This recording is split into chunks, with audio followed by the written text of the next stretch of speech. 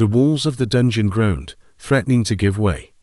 Giant cracks snaked across the stone ceiling, and dust rained down on us. We had to get out, now. With a surge of will, I tried to tap into my newfound power, the spatial law. I pictured the dungeon exit, the fresh air, the open sky. I focused all my energy on that single thought, pulling on the threads of space itself. A strange, disorienting sensation washed over me, like being pulled through a keyhole. And then, I was standing just a few feet away from where I started. The world spun, and a wave of exhaustion hit me, so hard my knees buckled. A massive chunk of my void energy was just gone. It felt like I had run 100 miles. My vision blurred, and a cold sweat broke out on my forehead.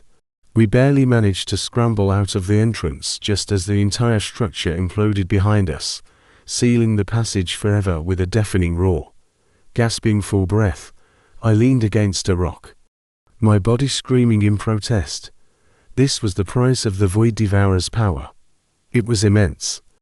Reality bending, but the cost was staggering. The recovery time was brutal.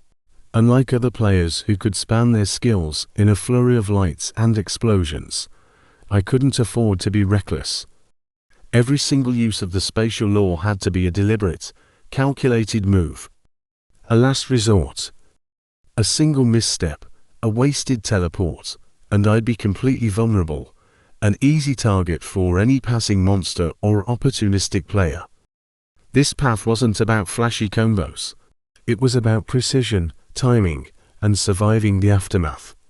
It was a double-edged sword, and I had just felt its razor-sharp bite. Just as I was catching my breath, a group of figures emerged from the shadows of the surrounding trees. It was Kale and his Dominion squad. They must have been waiting for us this whole time. A smug, predatory grin spread across Kale's face as his eyes locked onto me. That little spatial flicker just now, he sneered, his voice dripping with greed. You found a lore fragment, didn't you? He took a step forward, his hand resting on the hilt of his glowing sword. The rest of his squad fanned out, cutting off any chance of escape. My heart sank. I was completely drained, my energy bar practically empty.